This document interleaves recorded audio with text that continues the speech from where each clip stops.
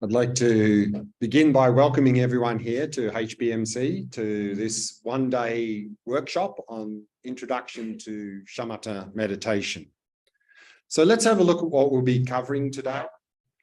Firstly, we'll have 4 sessions today. I think you're all probably familiar with the sessions set up. So we're 4 one-hour sessions with a morning tea break. Lunch will be from 12:15 till 1:45.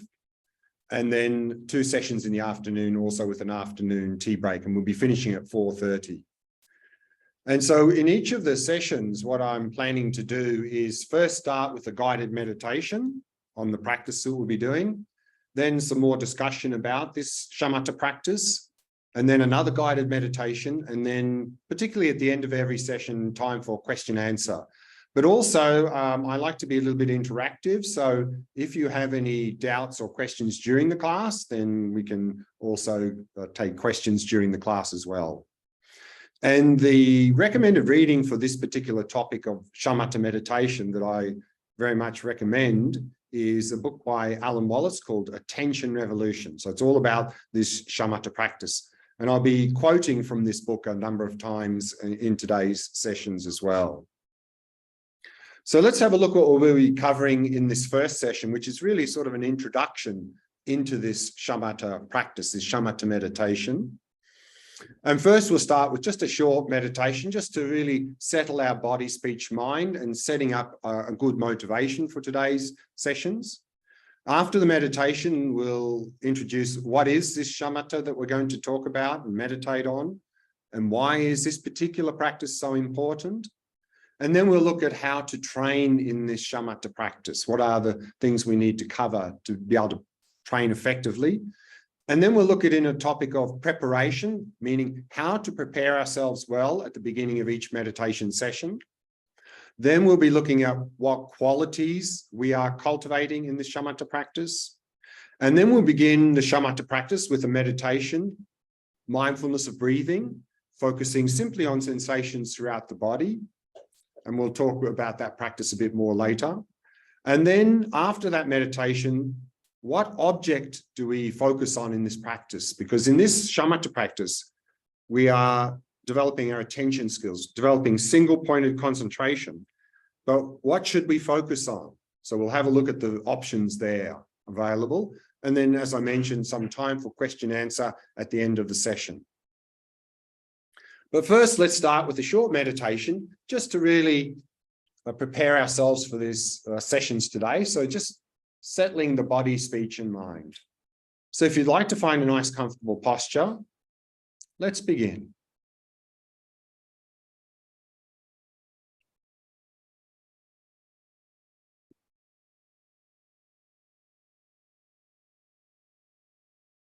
And we can begin by allowing our awareness to descend into the body and simply become aware of sensations throughout the body.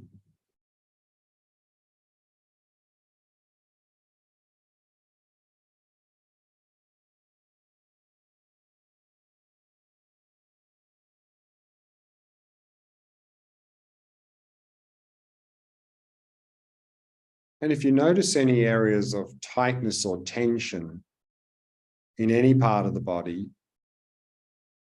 then use the out breath to relax and release that tightness or tension.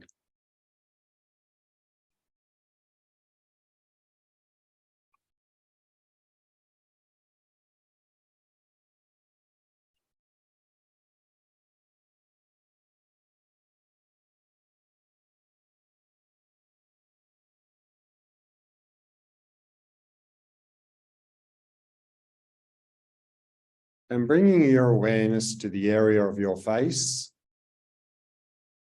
and softening and relaxing all the muscles in the face.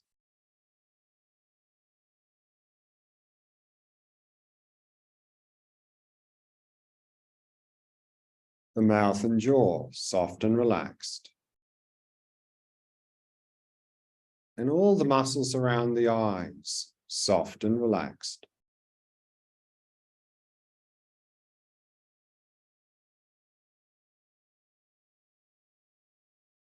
And in this way, allowing the entire body to become completely relaxed, completely at ease.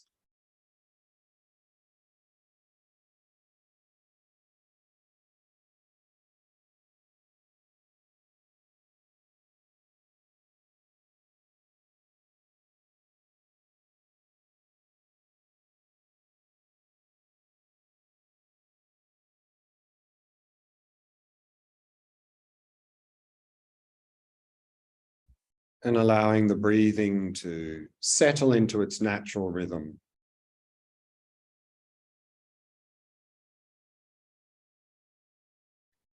Not trying to control or regulate the breath in any way. Simply allowing it to flow naturally and effortlessly.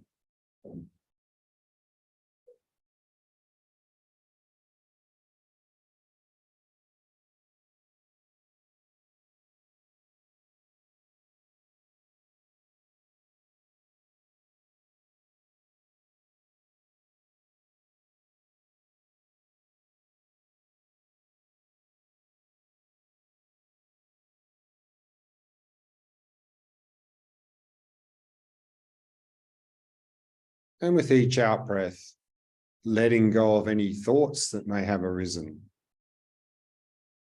Happily releasing them. Releasing them into space.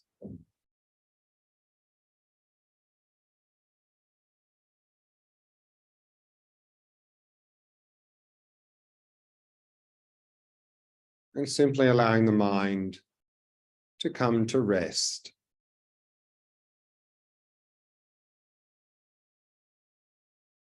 To come to rest in the stillness of the present moment.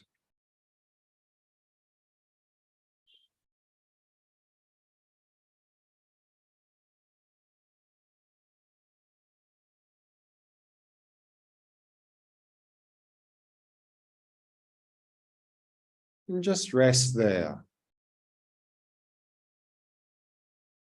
Allowing the mind to remain quiet, relaxed, and still.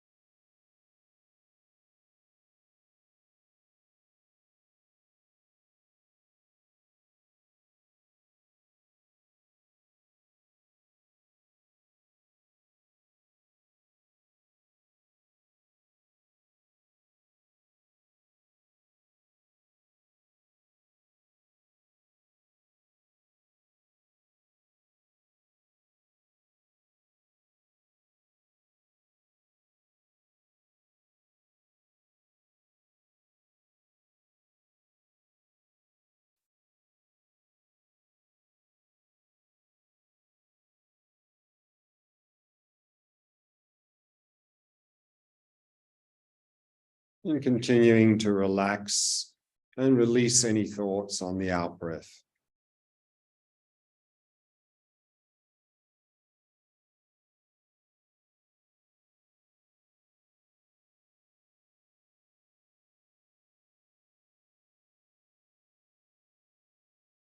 And just rest in that quiet space of the present moment.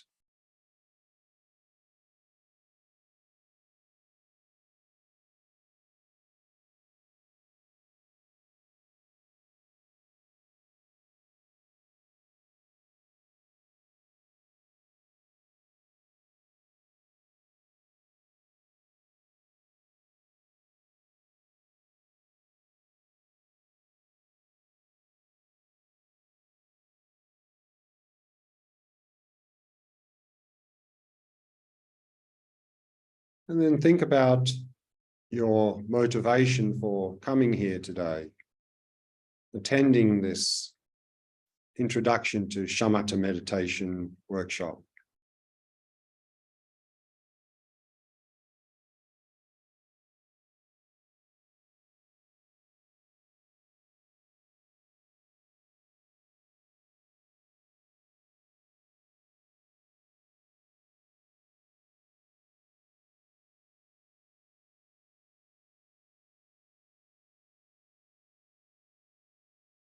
And then try to make that motivation as expansive as possible.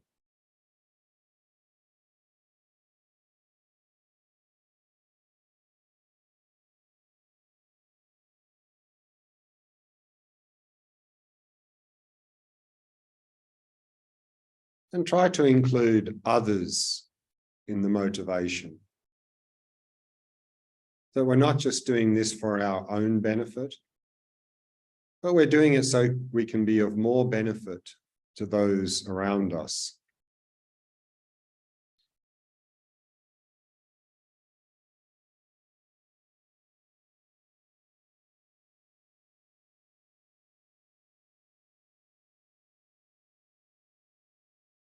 And then keeping this motivation in mind, we can slowly end this meditation and begin our discussions together here today.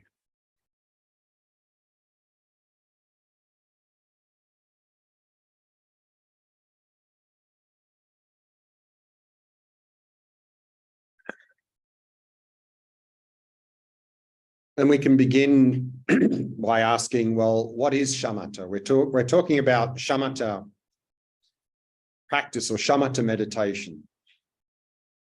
Shamatha is a Sanskrit term, and shama means calm, meaning a mind that's not caught up in a lot of agitation and tension and so forth. And ta means to remain or abide, meaning to remain or abide on a single object. So abiding here means to have single-pointed focus. So shamatha is often translated into English as calm abiding. And so we're talking about a practice of cultivating a calm, clear, and focused mind. Or in other words, we're talking about developing our attention skills, our ability to clearly focus. And in Buddhism, this is often called simply shamatha practice. And why is this shamatha practice so important? And here I'll begin with a quote from this book I recommended on this practice from Alan Wallace called Attention Revolution. And he says, few things affect our lives more than our faculty of attention. If we can't focus our attention due to either agitation or dullness, we can't do anything well. We can't study, listen, converse with others, work, play, or even sleep well when our attention is impaired. And for many of us, our attention is impaired much of the time. So if we do this shamatha meditation, this practice, what are some of the benefits that we'll get from this practice? One immediate benefit is that we will become more focused and therefore much more effective in everything we do in our life. And also because of having that much more calm state of mind, you'll find much less stress, agitation, and anxiety. And we'll really start to instead develop a sense of inner sense of well-being or peace through this practice. And also this practice will enable us to become the masters of our own mind. Now, many of us in the modern world are really the slaves of our own mind. We're often tormented and overwhelmed by our thoughts, emotions, and memories. And then we don't know what to do with these thoughts, emotions, and memories that we're tormented by. We don't know how to deal with them. So all we do is we try and suppress them, which just brings a whole lot of problems in the body. And then we project a lot of these negativities onto the people around us. So we're very much the slaves of our mind, particularly in the modern world. In this shamatha practice, we will be able to become the masters of our own mind. Instead of reacting to our thoughts, emotions, and memories and suppressing them, we'll simply be able to observe them as they arise and pass without getting caught up in them. And if we look at what a thought, emotion, or memory is from its own side, it's virtually nothing. They have no power to harm us from their own side. Thoughts, emotions, and memories only have power to harm us if we give them power.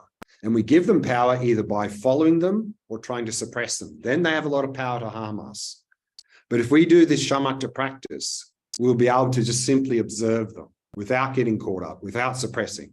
They have no power to harm us. And we really will become the masters of our own mind.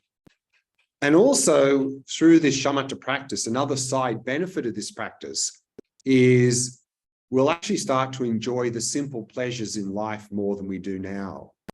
Now, when we try to enjoy simple pleasures, we often have a lot of craving and attachment for them. And that really agitates the mind. And that really interferes with our enjoyment of these pleasures. So we'll be able to let that go more easily through this shamatha practice. And also, this practice, this meditation, is actually the foundation of all other meditation practices.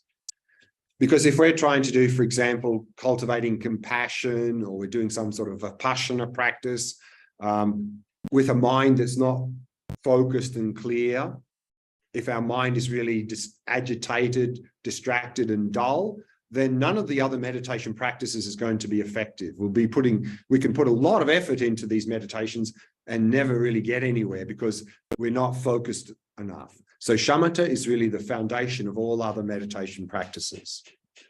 So these are some of the benefits that we have from this practice. How to train in this shamatha practice? We'll be looking at a couple of things in today's sessions. One thing we'll be looking at is what's called prerequisites. And we'll be looking at that in the session after lunch. It's really about how to set up our life in such a way to be conducive for this sort of practice. Because now a lot of people in the modern world have sort of dysfunctional lifestyles. And they try to meditate, but it's not their lifestyle sort of works against meditation practice. And then meditation practice is not going to get very far. So if we really want this or any other practice to be effective, we need to really sort of set up our life in such a way to support this practice. And you'll see when we look at this after lunch that this gives some very good tips, in fact, on how to set up our life to have even just a more meaningful life. Forget about this meditation practice. And then in terms of practice, any practice we do has two parts, meditation and what we do for the rest of the day. So again, if we want any practice to be effective, we need to meditate, to internalize, but then we need to continue to do something to support that practice for the rest of the day. And so we'll be looking at both of those here for shamatha practice. So in the last session, we'll be looking at how we can bring effectively this shamatha practice into daily life. Meditation, any meditation we do has two parts, preparation and the actual practice.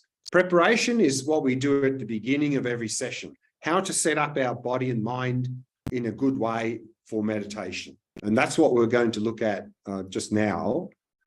But then in the actual meditation session, here in shamatha practice, we're going to look at 4 topics for actual shamatha meditation. First topic we're going to look at in this session is what qualities are we trying to cultivate in this practice? And then also, what object should we focus on in this practice? And then in the next session, we'll also look at then what tools do we use to help us to do this practice? And then also in the next session, what sorts of faults can come up in this meditation and how do we overcome them? So that's next session. So let's now look at preparation.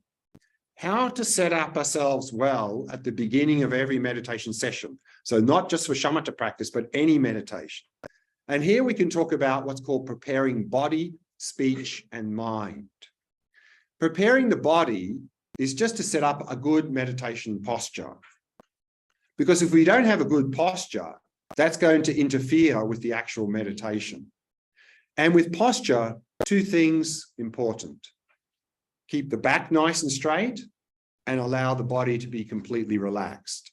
Because if the back is not nice and straight, it's all like this, you're probably just going to get very drowsy and sleepy. And also you constricting the chest if you're bent over like this. So nice and straight back. And so let's briefly look at, though, some elements that can help us to set up a good posture. First, what to do with the legs when we meditate. In the traditional meditation text, it says the best thing to do is full lotus. You have one leg on either thigh like this, but for most of us, we're not flexible enough to do that. So then they say, okay, then half lotus, where you have one leg underneath and one on top. But again, most of us not flexible enough to do that. So then most of us just end up sitting cross-legged. And that's fine. But many of us who've not really meditated before tend to be quite stiff in the knees and in the hips. And so when we sit cross-legged, we end up sitting sort of like this. Not very good for two reasons. One is it's not very stable. And two, it puts a lot of strain on the lower back. So if we're sitting cross-legged and our knees are sticking up like this, it really means we're very quite tight in the hips and the knees. So then we need to sit on more cushions so that the knees are more down and ideally touching the cushions. So we have 3 points of contact. Some people have knee problems, can't sit cross-legged. Then you can use what's called a meditation stool, a low stool where you tuck your legs underneath. So some people meditate like that. Some people find even that doesn't work. We then sit in a chair. You can sit in a chair to meditate, perfectly fine. Some people even have back problems and find that sitting in a chair is even painful. Then we can use what's called the Shavasana posture for meditation, the corpse posture from yoga. And we'll actually be looking at that posture in the last session today. A very good posture for meditating if we have back or leg problems, or we want to meditate, but we're physically tired or injured. And we'll look at how to use that posture in the last session today. Again, the back, nice and straight. Again, if we're very stiff in the hips, then often to keep the back straight, people end up straining to keep it straight, and then it just keeps collapsing. If that's the case, then we're very stiff in the hips. Sit on more cushion so your back is more naturally straight. What to do with the hands? In Tibetan Buddhism, it's often recommended you put your right palm in your left, thumbs touching, resting in your lap. And that's symbolizing wisdom is the left side, compassion the right side, thumbs touching, meaning we're practicing wisdom and compassion together, like this. But if you find that uncomfortable, you can just rest your hands on your knees. That's completely okay. Head slightly tilted forward.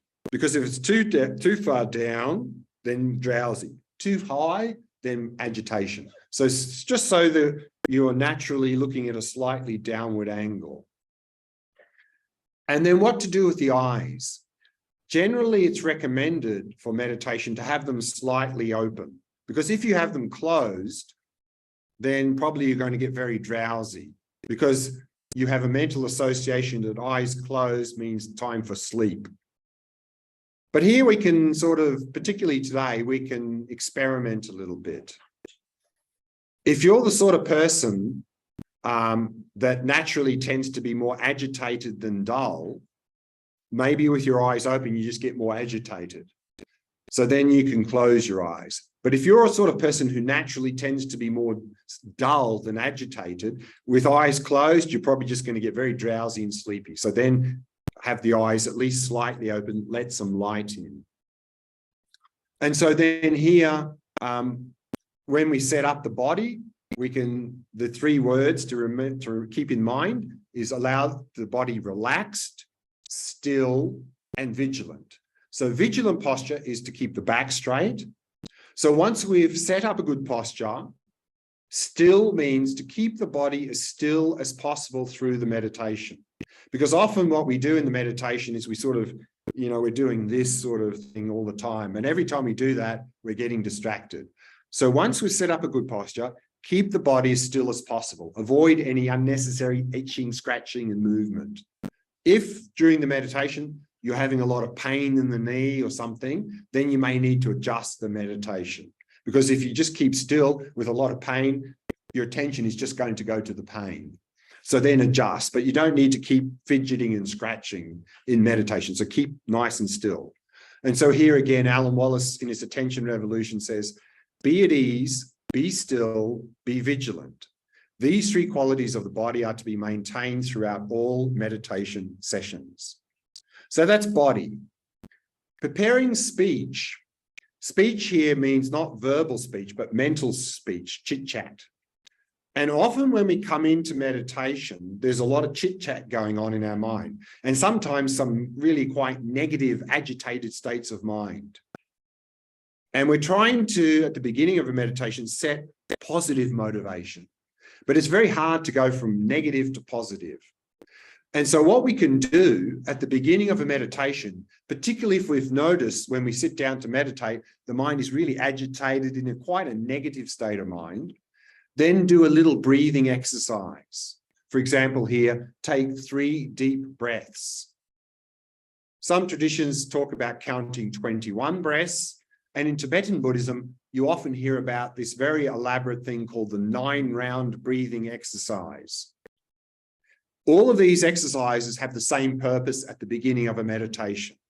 And that is by focusing on a little breath exercise, that can help let go of any negative state of mind that we came into the meditation with and bring the mind into a more neutral state. And then once we've done that, then just allow the breathing to settle in its natural rhythm.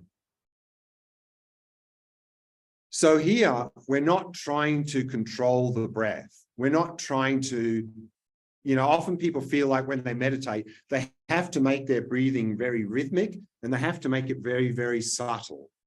We're not trying to do that.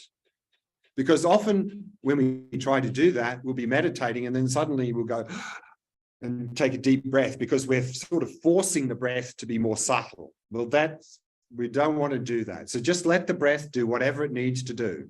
If it's rough, it's rough. If it's fast, it's fast. If it's slow, it's slow. It doesn't matter.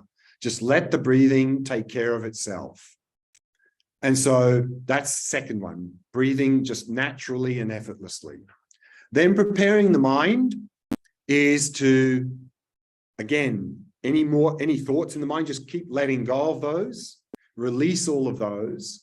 In particular, what often happens at the beginning of a meditation, particularly if we've done this meditation before, then often at the beginning, we come in with some expectations and going, well, I think my meditation should be like this today, or I hope this happens, or I hope this doesn't happen in my meditation. Then we're really setting ourselves up for frustration. So any thoughts, any expectations, hopes or fears, just keep letting them go, letting go, letting go. And then just let the mind come to rest in that present moment. And again, like the body, allow the mind to be relaxed, still, and clear, and setting a positive motivation. So that's preparing body, speech, and mind. Let's briefly look at qualities, and then we'll go to the meditation. So what qualities are we cultivating in this Shamatha meditation practice? And here we can quote from Tsongkhapa, the founder of the Geluk school of Tibetan Buddhism, great 14th century Tibetan master. And in his Shamatha part of his Lam Rim text, he says, the concentration that you will accomplish here has 2 special features. One, a vivid intensity, that is an intense mental clarity, so a clear mind, and a non-discursive stability, i.e. staying one-pointedly on the object of meditation. So what we find in the old meditation texts is for the Shamatha practice, 2 qualities to cultivate. Stability, meaning to be able to focus on an object without becoming distracted, but also to focus on that object very clearly, overcoming any sort of dullness. So these are the 2 qualities, stability and clarity. But here I've added a 3rd quality that you normally won't see in the meditation texts from from India and Tibet. And that is the quality of relaxation. And I think the reason is that historically people tended to be quite relaxed. So it didn't need to be emphasized. But unfortunately, in the modern world, that's not the case for many of us. Due to our lifestyle, our hectic, busy, modern lifestyle, constantly bombarded by stimulus, our minds tend to be very agitated and unbalanced.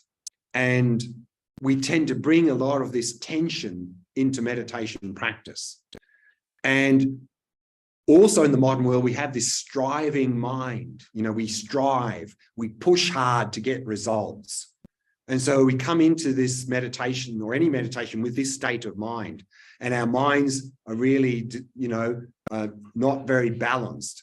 And so we come in and we want to try hard in this practice, and we push hard. And we think that, and unfortunately, our habit also in daily life, when we want to concentrate on anything, is we tense when we concentrate. And unfortunately, that sort of works a bit. If we tense, we can focus a little bit better on anything we've in daily life. But we know from our own experience, if we focus on a task or something with a lot of tension for a longer period of time, we become completely exhausted, and often our minds become very agitated. So this is not a sustainable way of focus. And this is what we tend to bring into meditation here.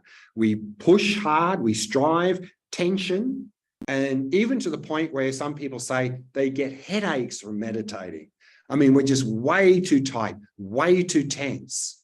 So the very first thing we need to do in this or any meditation practice is we first need to learn to relax. And it's something that many of us in the modern world have forgotten how to do, because we're so uptight and tense all day long. And then, of course, at the end of the day, we're completely exhausted because of all that tension in the body and the mind. And so here we need to first emphasize relaxation. And here we have this analogy that the relationship amongst these three qualities can be likened to the roots, trunk, and foliage of a tree. As your practice grows, the roots of relaxation go deeper, the trunk of stability gets stronger, and the foliage of vividness reaches higher. What this means is that first in this practice, we need to emphasize relaxation, because without a relaxed body and mind, we're not going to be able to develop any sort of sustainable stability and clarity of attention in this practice. So first, we need to sink deep roots of relaxation.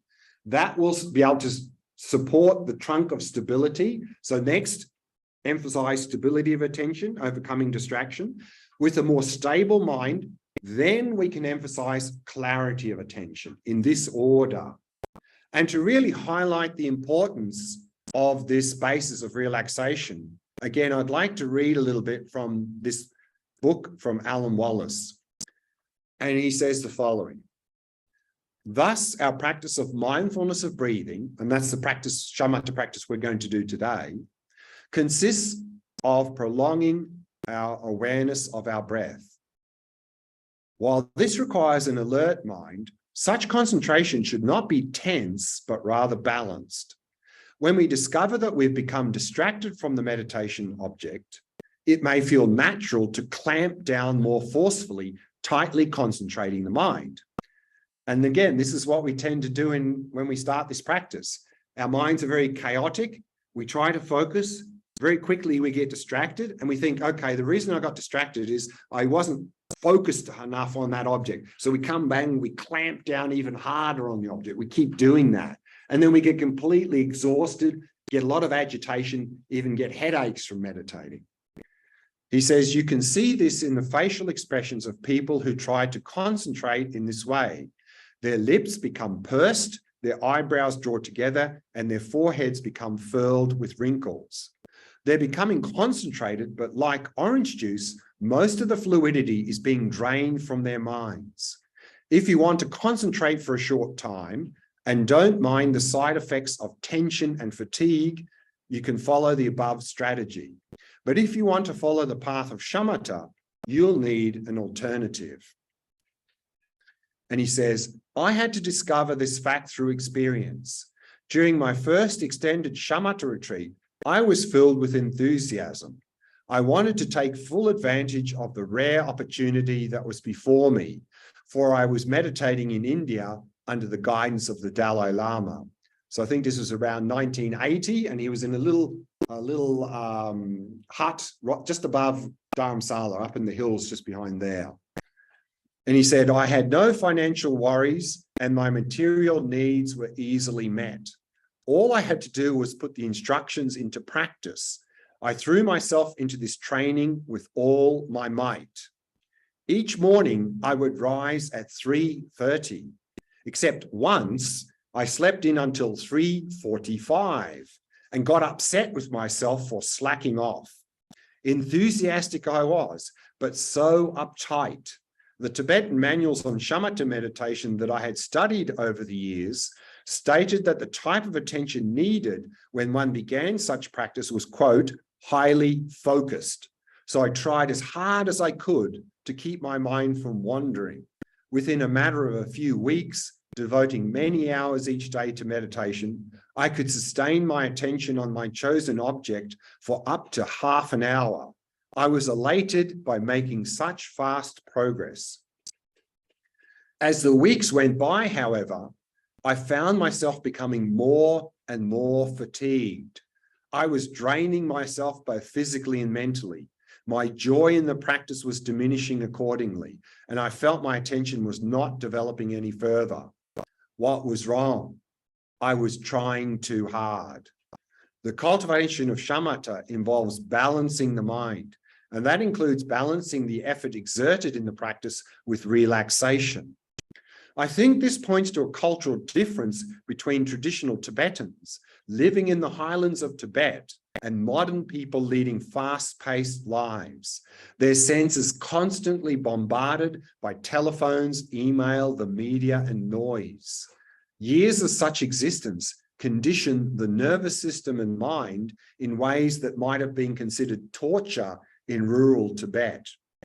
One traditional Tibetan doctor whom I know once commented on people living in the West, and he's quoting the Tibetan doctor who says now, from the perspective of Tibetan medicine, you are all suffering from nervous disorders, but given how ill you are coping remarkably well. Whether we dwell in Boston, Buenos Aires, Berlin, or Beijing, our minds are conditioned to be more high-strung and engaged in compulsive thinking than the minds of Tibetan nomads and farmers living a century ago. So when Tibetan meditation manuals advise beginners to focus their attention firmly, the instructions are aimed at a very different reader than the average city dweller in the 21st century. Before we can develop attentional stability, we first need to learn to relax. And this is something I can't overemphasize enough, based on my own experience and talking to many, many people doing this practice. Relax, relax, relax, relax. Without a relaxed body and the mind, again, we won't be able to develop any sort of sustainable stability of clarity of tension. So just really emphasize relaxation. And that's really the main focus of today, is really just working on that relaxation. Very important. So let's now look at the practice we're about to do. And we'll be using the breath as the object for today, because this is the one that's most commonly emphasized in many Buddhist traditions. And I think it's very suitable for us in the modern world as well. Again, many of us in the modern world are caught up in obsessive compulsive thinking all day long. And most of our compulsive thinking is about the past and the future. We're very rarely in the present moment. And according to Buddhism and many modern studies, if we live in the past and the future, that's a source of a lot of unhappiness. And so by focusing on the breath, the sensations of the breath, it gets us out of that discursive conceptual mind into the body. So many of us in the modern world are so caught up in our obsessive compulsive thinking, we've actually even lost touch with our own body. So to get back into the body is also a good thing for many of us. And that can get us out of obsessive compulsive thinking. And the sensations of breath only happen in the present moment. So by focusing on them, it helps also to get us out of the past and the future into the present moment. And compared to a lot of other objects in this practice, the breath, the sensations of the breath is a little bit easier to focus on than many of the other options. So that's what we're going to do today. Very beneficial, more easy, and very helpful for particularly relaxation. So the first, and we're going to do 3 variations of this mindfulness of breathing practice today. The first one we're going to do now is what's called the full body breath practice. And so what we're focusing on here is the sensations of the breath throughout the body. So we just notice any sensations anywhere in the body that is connected with the in and out flow of the breath. So you may notice some sensations of the rising and lowering of the chest, the rising and lowering of the abdomen. You may notice something here, the sensations of breath, or even in the throat. So with this, anywhere, any sensations that are associated with the in and out flow of the breath. And for this one, we can move around. We don't have to stay in one point. And because this is a large area of focus, very good for relaxation. So in this practice, our main emphasis is on relaxation. And again, in this practice, simply allow the breath to flow naturally. We're not trying to control the breath. We're not trying to make the breath rhythmic or subtle or slow or anything. Whatever the breath's doing, that is okay. And in particular, again, emphasizing relaxation. And a good time to really emphasize relaxation is on every out-breath. So on every out-breath, then simply releasing any tension in the mind and releasing any tension in the body, releasing any thoughts coming up in the mind. Just keep relaxing and releasing on every out-breath. And as we're relaxing, not simply then to allow ourselves to sort of drift off into drowsiness and dullness. Now in our life, we tend to be between 2 extremes. Either we tend to be alert and tense, or we're relaxed and drowsy. So in this practice, we're trying to combine those 2, to be very relaxed and at the same time alert. But again, the emphasis here at the beginning is simply the relaxation. So let's do that practice now. And we'll do a short meditation on this mindfulness of breathing, focusing on the sensations of the breath throughout the body. Again, emphasizing relaxation. So if you'd like to find a nice, comfortable posture, let's do that practice.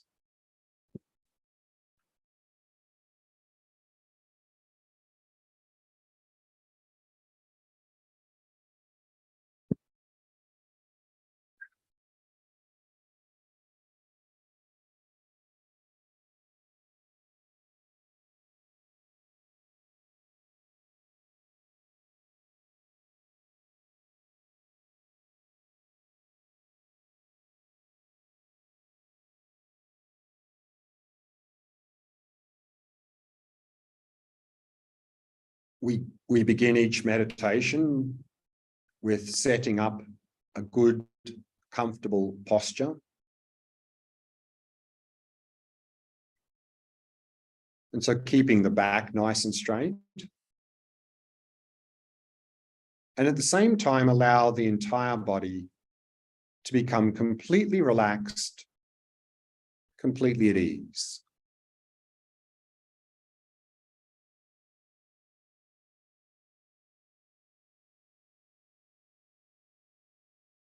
And using the out-breath to relax and release any tightness or tension in any part of the body.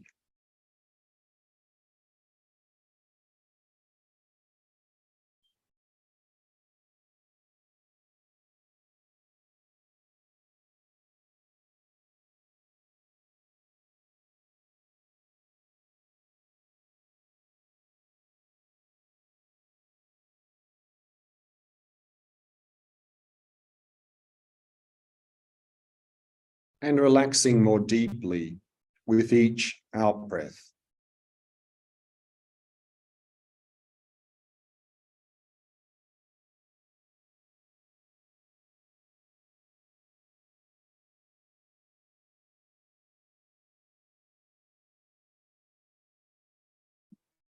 And then we can take 3 slow, deep breaths, maintaining awareness of sensations throughout the body as you breathe.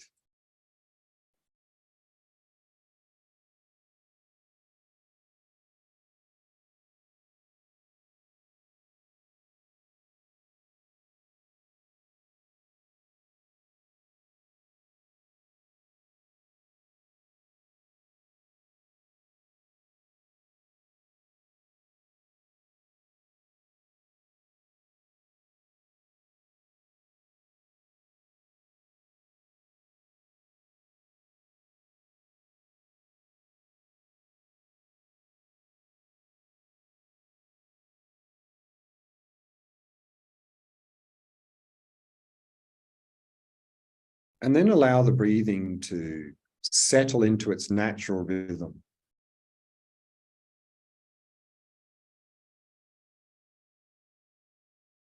Not trying to control or regulate the breath in any way. Simply allowing it to flow naturally and effortlessly.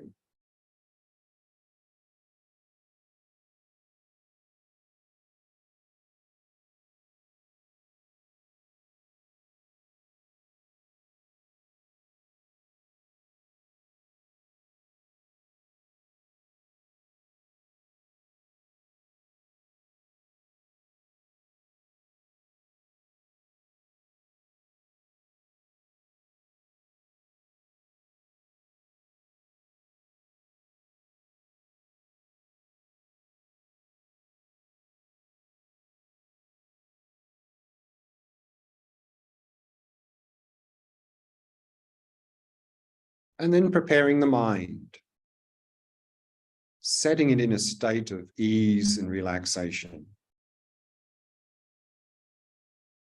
Releasing any thoughts that may arise in the mind.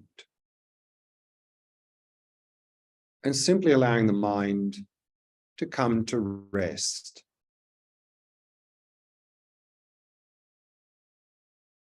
To come to rest in the stillness of the present moment.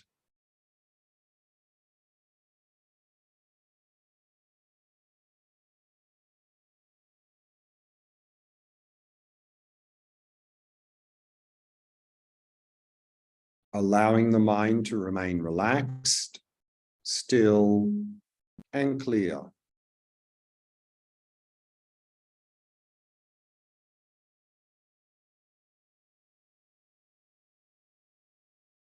And just rest in that stillness.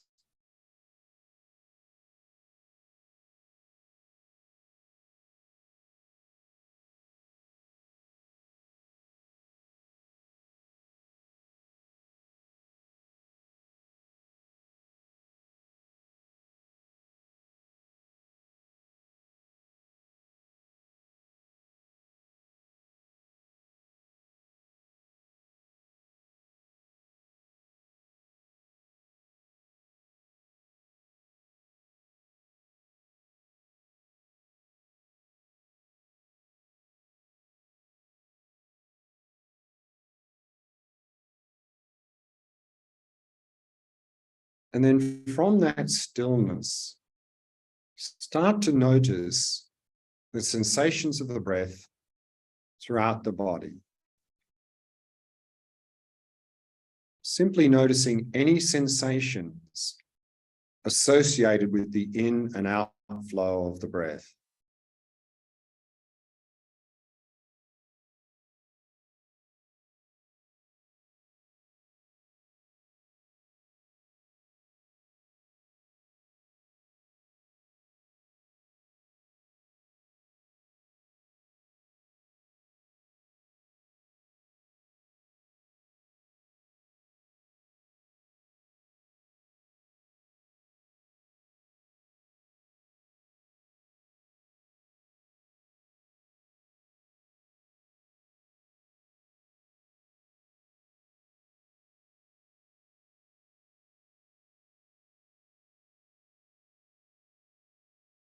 And the main emphasis here is on relaxation.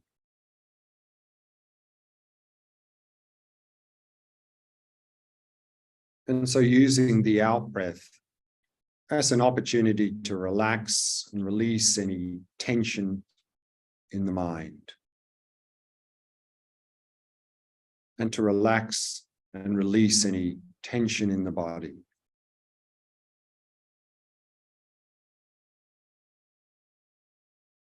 So simply keep relaxing and releasing on the out breath,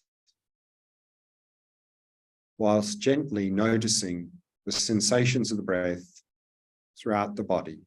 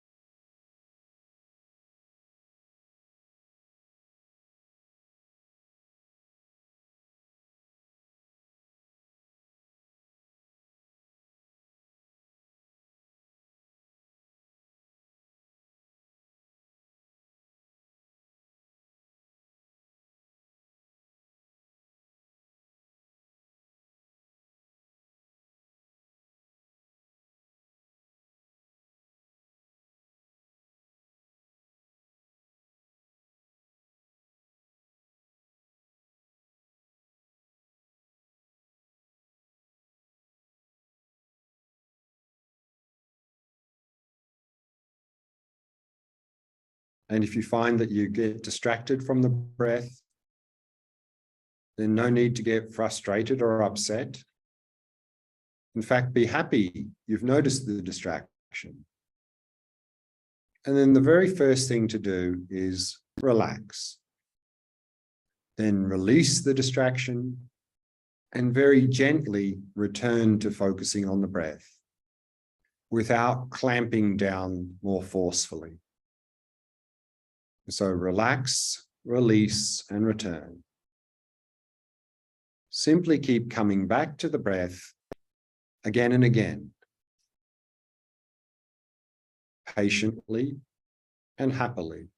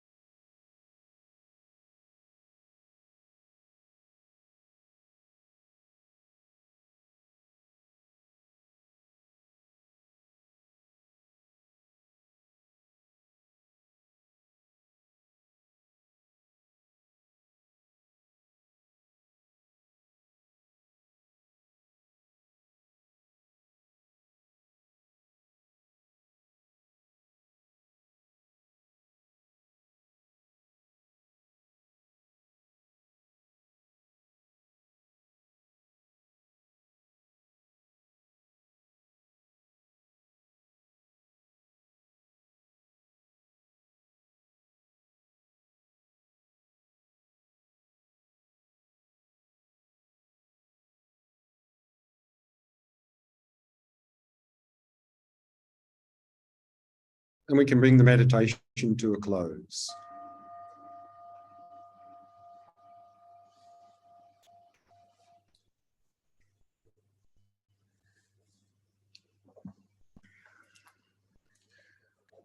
One last topic for this session, and that is objective focus. So this shamatha practice is about developing our attention skills, developing single-pointed concentration. But the question is, well, what object should I focus on in this practice then? And in his shamatha book, Attention Revolution, Alan Wallace says, I have chosen from Buddhist teachings 3 techniques that I have found effective for people in the modern world. And so he's recommending 3 options. First, the breath, which is probably the one object that is most widely emphasized in many Buddhist traditions. But he's also recommending to use the mind as the object, meaning just observe our mind, or in other words, observe our thoughts and emotions and so forth. And then the third one is what's called resting in awareness, turning awareness in on itself. And here we have a quote from great 4th century Indian Buddhist master Asanga, and he says, if involuntary thoughts particularly dominate your behavior, then focus the mind in mindfulness of exhalation and inhalation of breath. So I think that accounts for about 95% of the modern day population. We're just really all caught up in a lot of obsessive compulsive thinking. So Asanga is saying, well, if you're that sort of person, probably the best object is the breath. And so that's why I think for many of us in the modern world, the breath, at least initially, will be the best object to use because it can get us out of obsessive compulsive thinking. And also it's physical object, so it's a little bit easier to focus on. And it really helps to bring us in the present moment. So that's why we are focusing on that today, because I think for most of us, that's the best starting point. And we're looking at 3 variations of that practice today. The full body, which we just did. Next session, we'll start to focus on the abdomen, and then after lunch, focusing at the nostrils. But also, Alan Wallace recommends observing the mind is a good object. More challenging than the breath, but enormous benefits. Because again, by particularly focusing on the mind, it really directly will help us to become the masters of our mind instead of being the slaves of our own mind. And the third variation of resting in awareness is actually what we're doing there is we're simply turning awareness in upon itself and knowing that we're aware. Because in the breath practice, we are aware of the sensations of the breath. In the mind practice, we are aware of our thoughts and emotions. In the third practice, we're just aware of being aware. And this is also very helpful for us in the modern world. Because another thing that we tend to get caught up in the modern world is this obsessive compulsive doing, all the do. This third practice is more about being than doing. So it can also help us to get into that being state rather than doing. And a lot of our doing is with a tight, constricted mind. And this practice will get us out of that obsessive compulsive doing mode into being mode, but also being and resting in awareness. Awareness is completely open, spacious, and still. So it can help release that tightness of mind as well.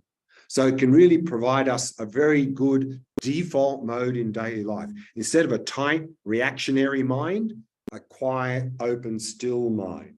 Very good. But what about, can I use some other objects in this practice?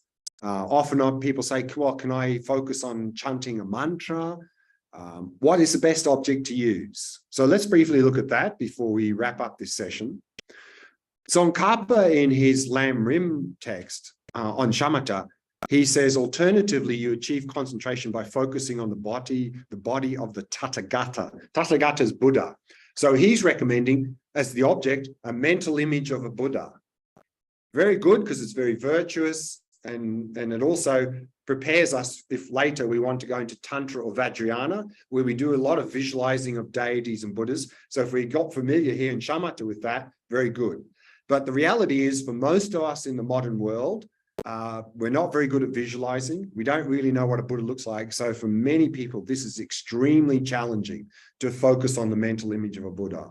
But for some people who are naturally gifted in visualization, maybe graphic designers and architects and so forth, maybe this is the best object for them. But then also sometimes the meditation texts say, okay, you even find focusing on breath almost impossible. Okay, find yourself a stick or a pebble, put it down and look at it. So we could actually use a visual object as a starting point. We could use a pebble or a stick and just look at it. But a visual object is very coarse. And even though we may be able to get into this practice using a visual object, it won't get us that far. So then once we get into the practice, we'll need to switch to a more subtle object like the breath or the mind or a mental image or so forth. So we could start by a visual object or even maybe a repetitive sound like a mantra. But again, these are quite limited in how far they can take us in this practice. And what object to use? The recommendation is use the object that works best for you. So for some people, it might be the breath, for some a mental image, for some others, resting in awareness, observing the mind, many possibilities. So we can initially experiment, try different possibilities, but then at some point to pick one of those and sort of stick with that. Because if we keep changing the object we focus on, then as the saying goes, we'll become the jack of all trades and the master of none.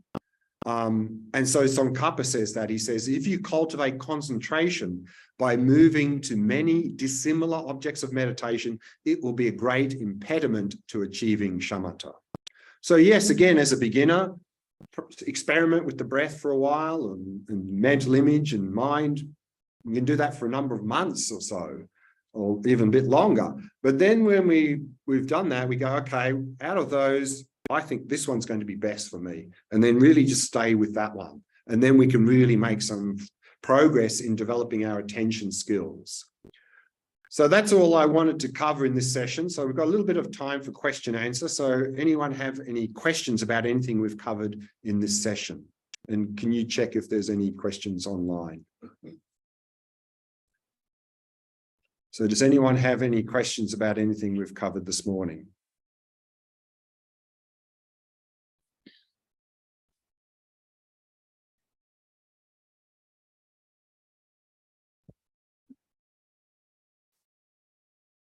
Again, one comment on the relaxation.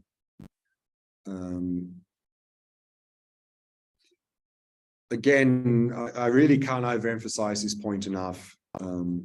There is no point in developing, and we can develop a little bit of stability and clarity with tension, pushing hard. It's possible. But as Alan Wallace said, it comes at a huge cost. If we can focus on the breath with a lot of tension, then we'll become exhausted, we become very agitated. And we're actually developing the fault, one of the faults that we're trying to overcome, this agitation and tension and distraction. So the very first thing to do in this practice, again, is just relax, relax, relax. Keep relaxing and releasing. And you may find that you may need to do that for weeks, months, or longer before really moving on to trying to develop any sort of sustainable stability and clarity. But it's time well spent, not only for this practice, but also for daily life. Because if we can really get in the habit of being more relaxed in the body and the mind, then automatically we're going to have a better quality of life, not such this stress and agitation and tension, tightness in the body and mind, and getting exhausted and so forth, and a lot of fatigue. So again, today, I would recommend just focusing on that relaxation. John, Yeah. my problem is the opposite, that I fall asleep. Right. Right. So the question is, well, my problem is the opposite. I fall asleep. Relax completely. Yeah. Relax, and then boom, I fall asleep.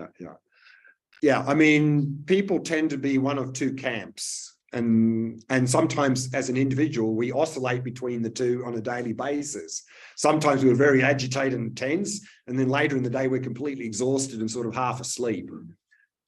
So again, one of the reasons that we end up like that is because of the other extreme, that we do a lot of pushing, agitation, tension. And then particularly in the afternoon period, when we sit down and we try and meditate, we're falling asleep, and because we're completely exhausted and fatigued from that tension.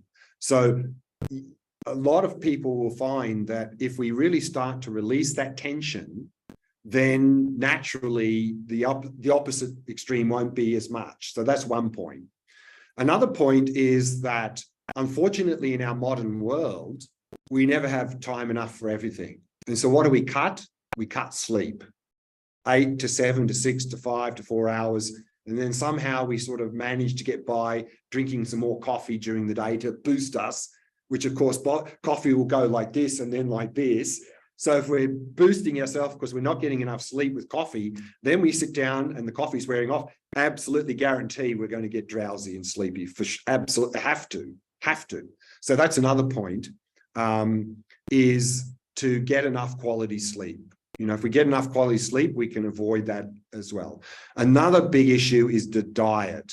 I mean, the diet in the modern world is not very good. And one of the biggest problems for meditation with diet is sugar.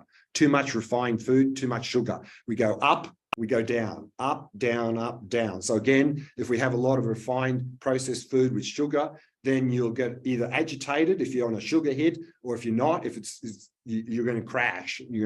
So also diet and exercise is important, but also posture. Posture is so important, because if particularly you're sitting in a chair, which is good, it's fine, but unfortunately a lot of chairs you end up slouching like this. So you may find you need to put a little cushion under the lower back to keep the back more straight, because otherwise in most chairs you'll probably end up like this. So that's another point. And also temperature. If we're meditating, if it's too warm, we'll get drowsy. And then also if we're meditating with eyes closed, drowsy. So all of these factors, but yeah, I mean, so this. The point is that you just have a second of falling asleep, but then coming back, you actually climb, you do it, strongly, because you suddenly, so that also disturbs, Yeah, of course. It's keeping, it's very subtle, not that you completely. Yeah. It's just a second, Yeah. And another big reason that we get drowsy in meditation is we've just simply lost interest in the practice. We've lost, no, but I'm not saying it's your case, but that's often the case, is that, because we're always in the modern world, we want stimulus. We want some particularly pleasant, give me some pleasant stimulus. Breath, God, that's so boring, that breath. Oh, it's so boring. Ugh. Yeah, so that's another big reason. So if we really reflect, if we're not enthusiastic about this practice, then we're just going to get drowsy. We'll either get drowsy or we'll just get caught up in complete daydreaming, because our mind will go, there's no stimulus here. This is so boring. And we'll go off on some nice daydream. Either that or we'll get very drowsy. That will happen. So that's another point. But anyway, I'm going to talk more about this a little bit in the, I think, next session, or later anyway. It's coming later today. I want to touch on this point because this is also a very important point. Okay, I think we've run out of time there. So let's take a break. We've got about, I think, half an hour break. So we'll come back 11:15 for the next session. So I think tea break now. So 30-minute tea break.